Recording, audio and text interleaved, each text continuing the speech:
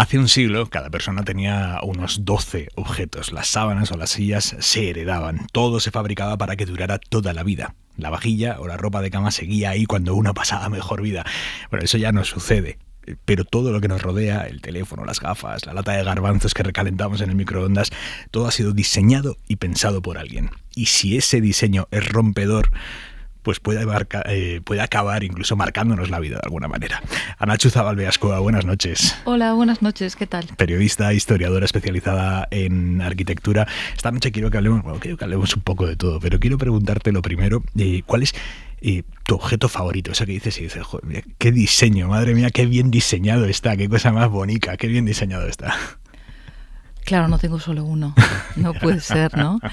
Imagínate si los hubiera diseñado yo. A mí siempre me gusta citar a la aceitera que hizo Nani Marquina, no, por Dios, su padre, Rafael Marquina, que es un diseñador que ha pasado la historia del diseño nacional solo por un producto, que es una aceitera con antigoteo. Cada gota que queda colgando de aceite se recupera y se inspiró en los tubos de ensayo de un laboratorio. Qué bueno. Y es, digamos, como estos grupos de un único éxito, ¿no? Exacto. Bueno, hizo más cosas el hombre, ¿no? Pero nada tan certero. Sí, ahora está en la historia de los plagios, que es otra parte del diseño, de los objetos más plagiados. ¿Se puede ser un buen diseñador que plagia? Buena pregunta. A ver, plagiar no. Interpretar sí, porque es lo que hacemos todos a lo largo de la vida, ¿no? Coger algo y darle otra vuelta, ¿no? Los temas literarios son 5, ¿no? La vida, la muerte, el amor, el odio. Y con el diseño pasa un poco lo mismo. Hay, de hecho, una silla muy famosa, de las más vendidas en la última, yo diría, década, que se llama Masters, que la diseñó Philip Stark con Eugeni Guillet, que es un chico de Ibiza, que trabajó con él, y lo que se llama Masters, que quiere decir maestros, porque lo que hace es recoger las sillas más famosas del siglo XX, pues una de Eero Saarinen, otra de los Sims y la otra de Arne Jacobsen, y sobreponer las siluetas y formar la silla Masters. Pero esto pasa continuamente con muchos objetos. ¿Cuál es tu silla predilecta? La más cómoda. A mí me gusta mucho una silla en la que como y trabajo y puedes hacer de todo y no te duele la espalda. Y es una silla ergonómica, es decir, que se adapta al cuerpo, pero no tiene el aspecto de las sillas de oficina que ocupan tanto y son tan ortopédicas visualmente, ¿no? Es la Plastic de los Sims, que puede tener varios tipos de estructura y por lo tanto de patas. Al final es muy disruptiva tu respuesta de la más cómoda. Somos muy tontos en el sentido de no vamos siempre a eso. Al final la mejor es la más cómoda. Para mí sí, pero a ver, en un bar puede ser la más resistente, por ejemplo, o en casa de un esteta puede ser una silla que le encanta ver cada mañana o que le ponga de buen humor, o en casa de una persona pues muy bajita, una silla que le ponga a la altura de las circunstancias, ¿no? Las sillas, hice un libro sobre sillas y sillas hay de todo.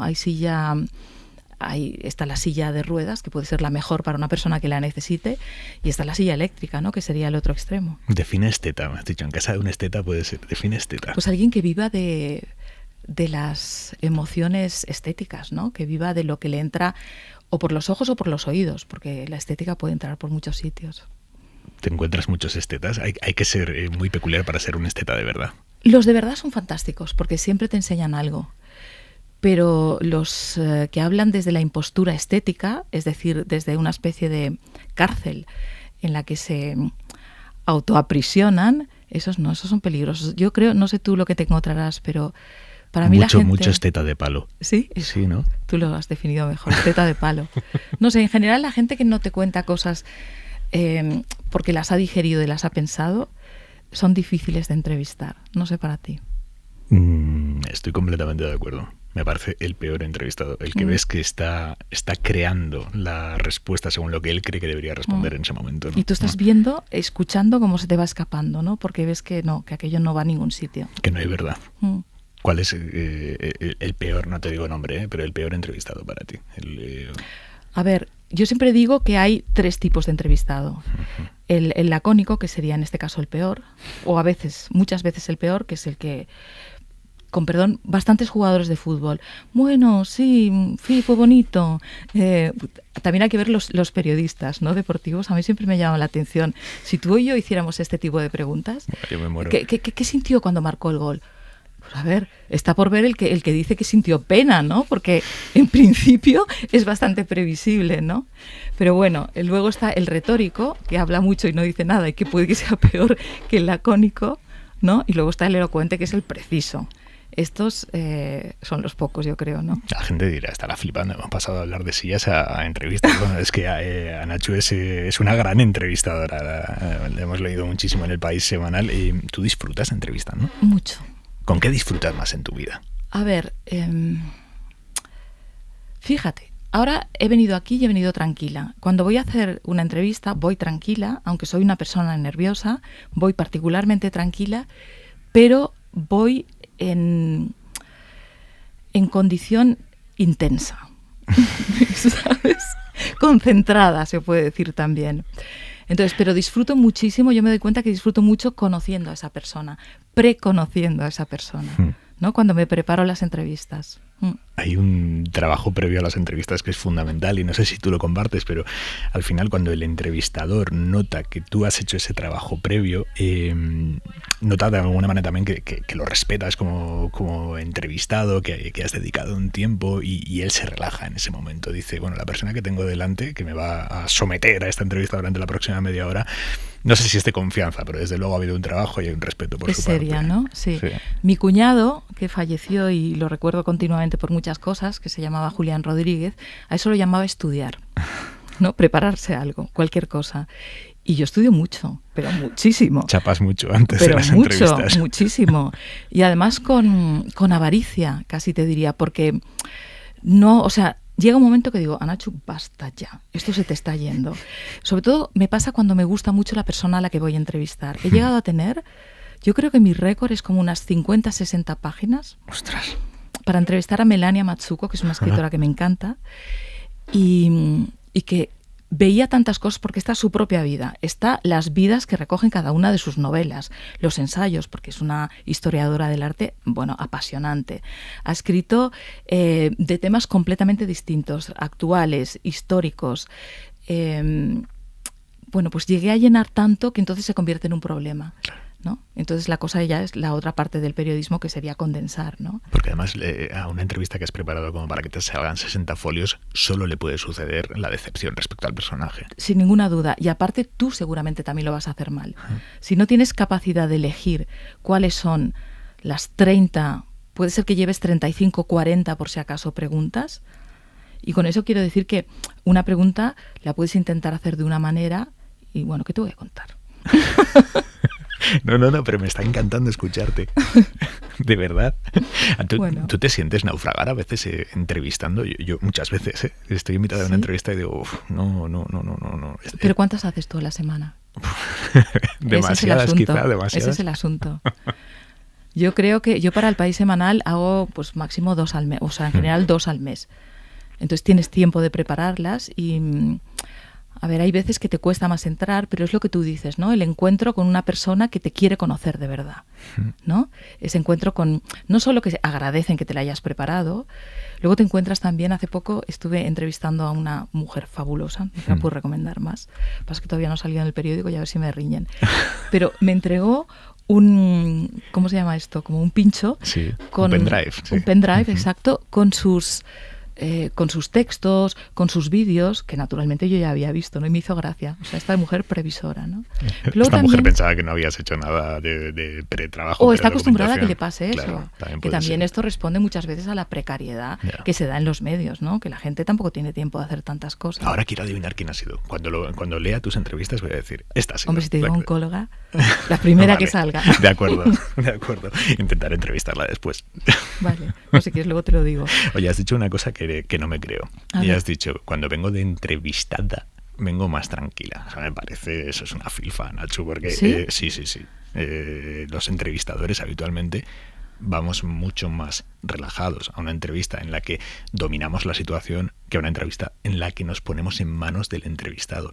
No hay cosa que odie más a un entrevistador que ponerse en manos de un entrevistador. A ver, si es un inepto, sí. O sea, si realmente te pregunta cosas que son como un cuestionario, vamos a decir, tipo que tiene para todo el mundo, pero si confías en la otra persona, aquí mandas tú. El que tienes el peso del asunto eres tú, yo solo tengo que contestar.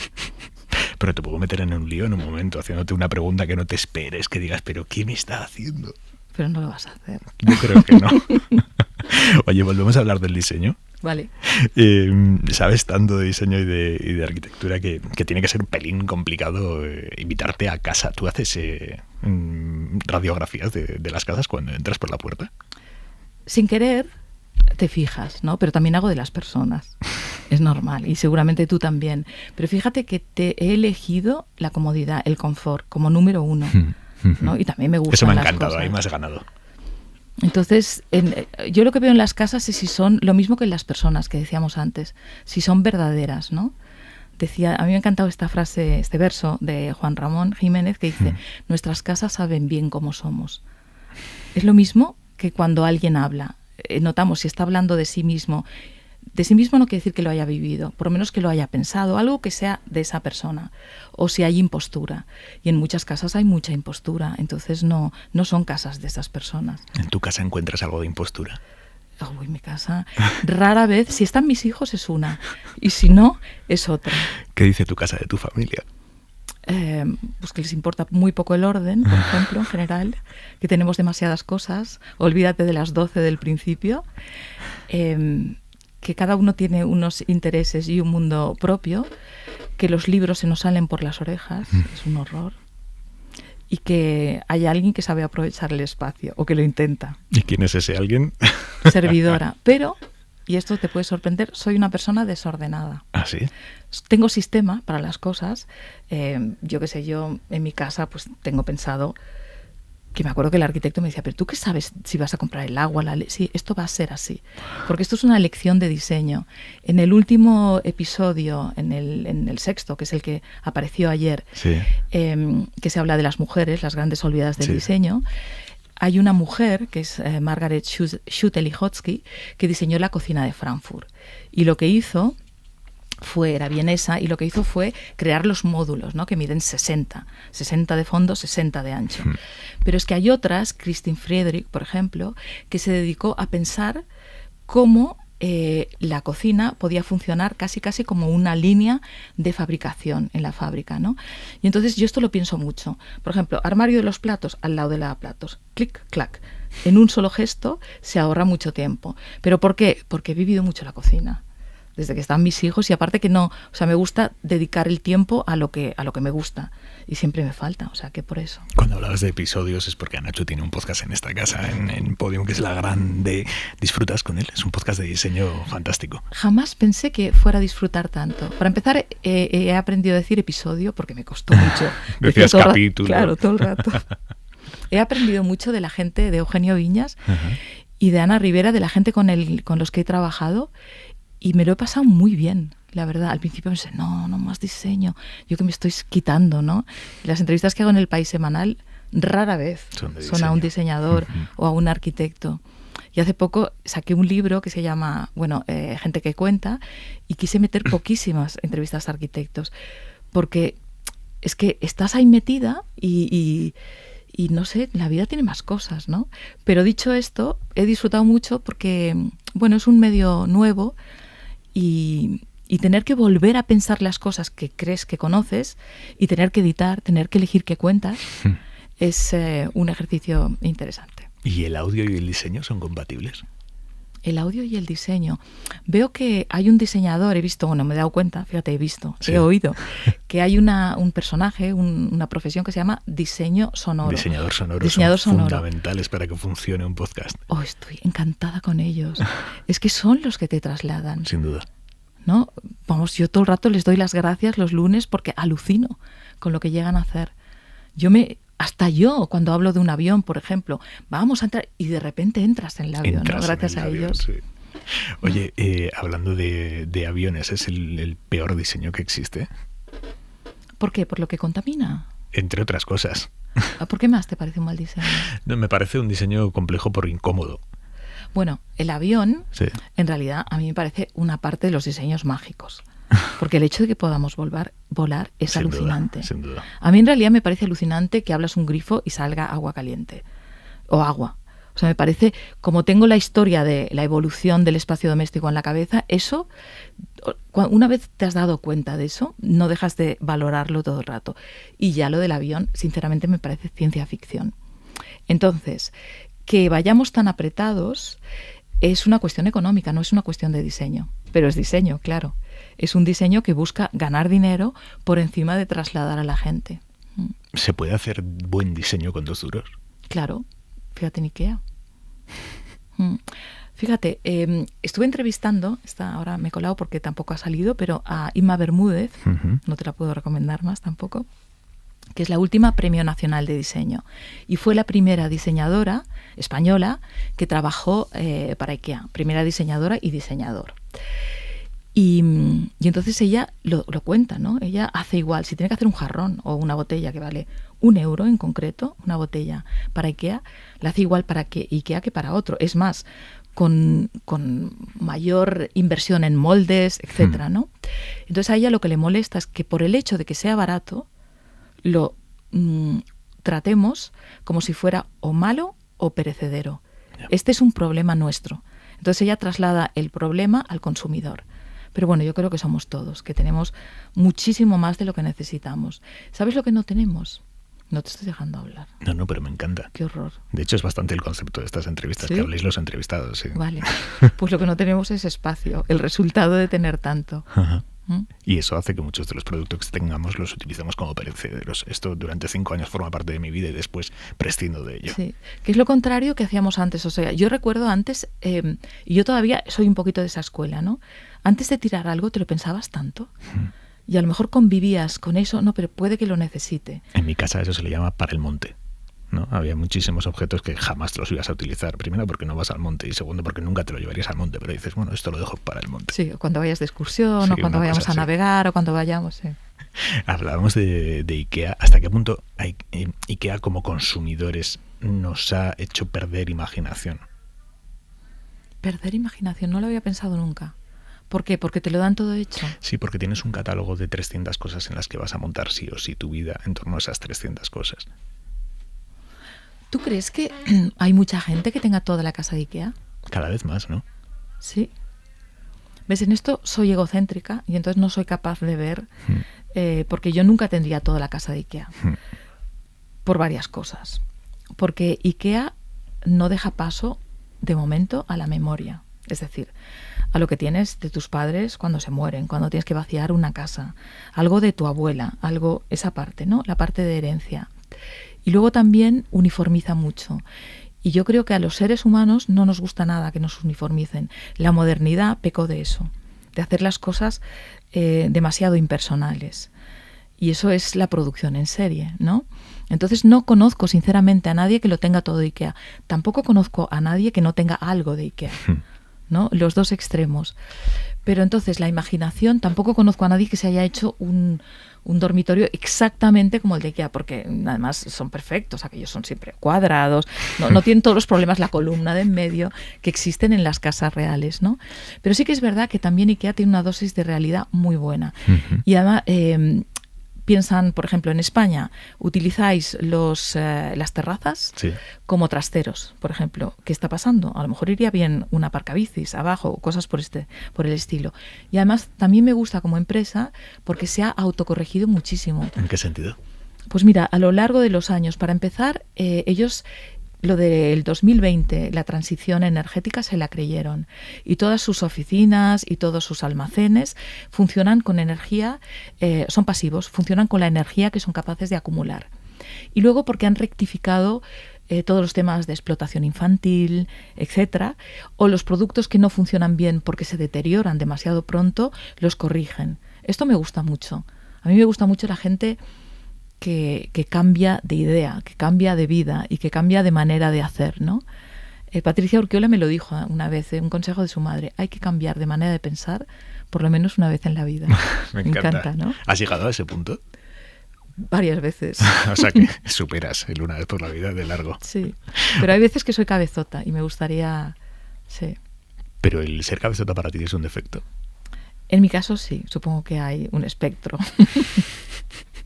Oye, las revistas de moda, por ejemplo, masculinas, femeninas, al final nos enseñan unos cuerpos de escándalo que muchas veces deriva en, bueno, es un punto aspiracional, ojalá fuera así, pero también deriva en una frustración. Las revistas de diseño también nos generan eso, nos enseñan unas casas que tienen un punto aspiracional de ojalá tuviera yo semejante casa y derivamos en ese punto frustracional. Mira, ahí no te voy a dar la razón. Yo creo, para empezar, las casas que salen en la mayoría de las revistas, por ejemplo, en El País Semanal, que no es, pero la parte, digamos, de estilo de vida, son reales. A diferencia del modelo que es real él. Pero vamos, no la mayoría de las personas, ¿no? Esa una.